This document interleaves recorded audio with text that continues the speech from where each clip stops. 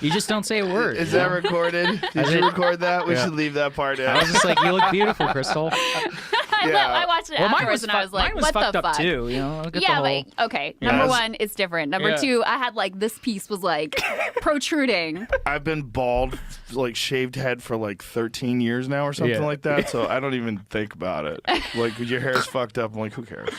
You know, I get it, though. I get it. Yeah, Sorry. It was a real betrayal, but it's okay. I'm We're moving sorry. forward. We're moving. Well, it's really on him because you and I were just getting to know each other then, Right. so it was really his fault. No.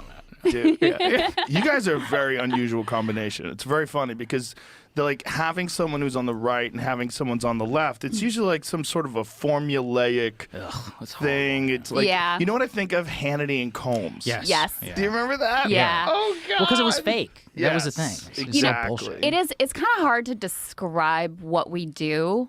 Because if you say, like, you know, we're on the right and we're on the left, it does sound like this sort of thing country. that, like, I'm a or little like, bit rock and roll. Remember right? that? Yes, or like that terrible CNN show Crossfire is the other thing. Who was on that one? Well, the original one was Tucker, Paul Bagala. Tucker. Fuck, there were two. And then they others. did the reboot of it, which was Was rough. Tucker was on the right and Yes, back, and even back Bagala was then. on the left. Yeah, And Tucker used to have bow tie on. that was when he that had was the bow tie. and bow tie. he's Bow tie. never lived down that. Like, people still in their head, I feel like that's the picture they get of He hasn't Tucker, even worn a even bow though he tie in hasn't worn 15 it. years.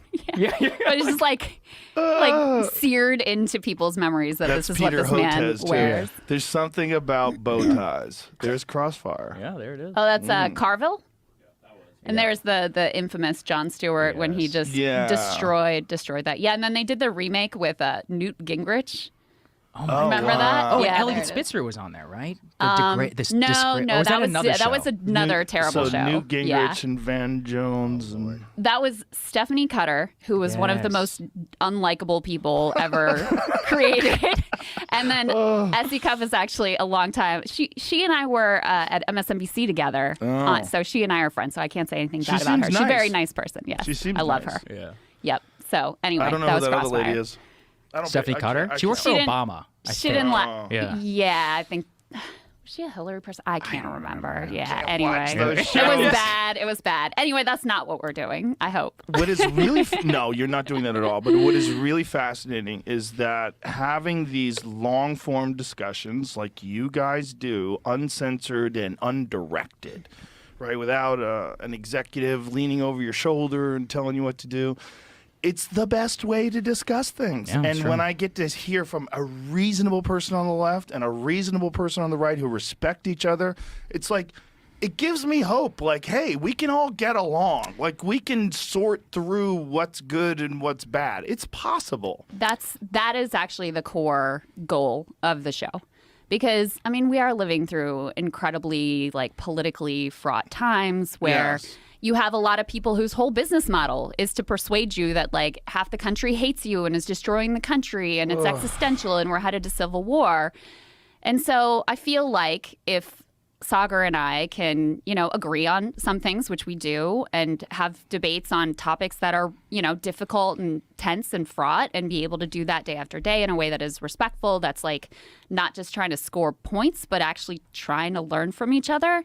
You know, I hope it makes a small difference in the political atmosphere. Yeah, I mean, what I'm most proud of in our analytics is like half the audience is genuinely right and half the audience is genuinely left. And one of the pitches that we give our people, we're like, hey, if you're going to support us, like, you're not going to agree all the time. So you're almost conditioning people to be like, hey, this is a message that I'm buying into. And I think the most impactful, like, sometimes you'll meet people or whatever and they're like, man, you know, I watched the show with my dad. And I'm just like, Dad, like, Krystal's what I believe.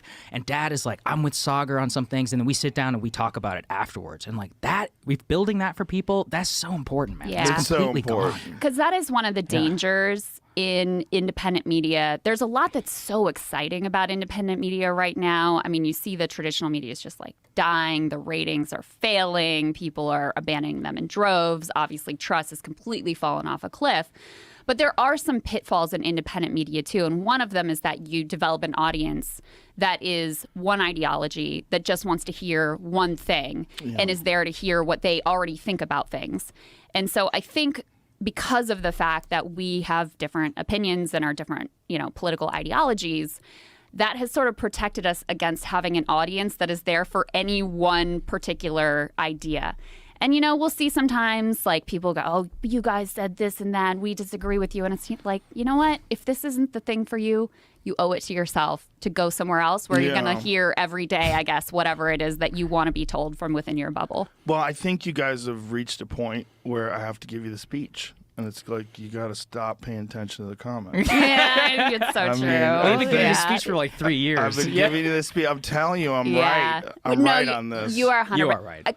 Kyle actually preaches this to me all the time, too. Yeah. So No, Kyle's indoctrinated. Yeah, he's fully bought in. He's fully on board with the philosophy. It's so true, though. It's true. Yeah. It's like you feel like you should engage with your fans and everything like that, but you just got to tell them, look, I love you guys.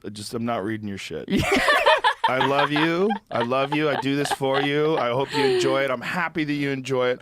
I'm not reading your shit. Yeah. The hardest is whenever it's like people who pay, like help support the show, and they'll be like, I pay $10 a month, and like I pay you to represent me. I'm just like, all right, man. Yeah. Like then maybe you should cancel because that's actually not what we're here for. Not reading that. Yeah. I'm not Yeah. engaging. Yeah. I'm not fuck you and you. Yeah. I'm not going to do that. God, that shit will get in your head, too. Yeah. It will. And it will 100%. mess with you in terms of like just your clarity of thought. So 100%. I mean, the trade-off is sometimes people do have good critiques, valid Yes. critiques, good ideas, whatever. So you do, 100%. there is a trade-off there. You're missing but some of that.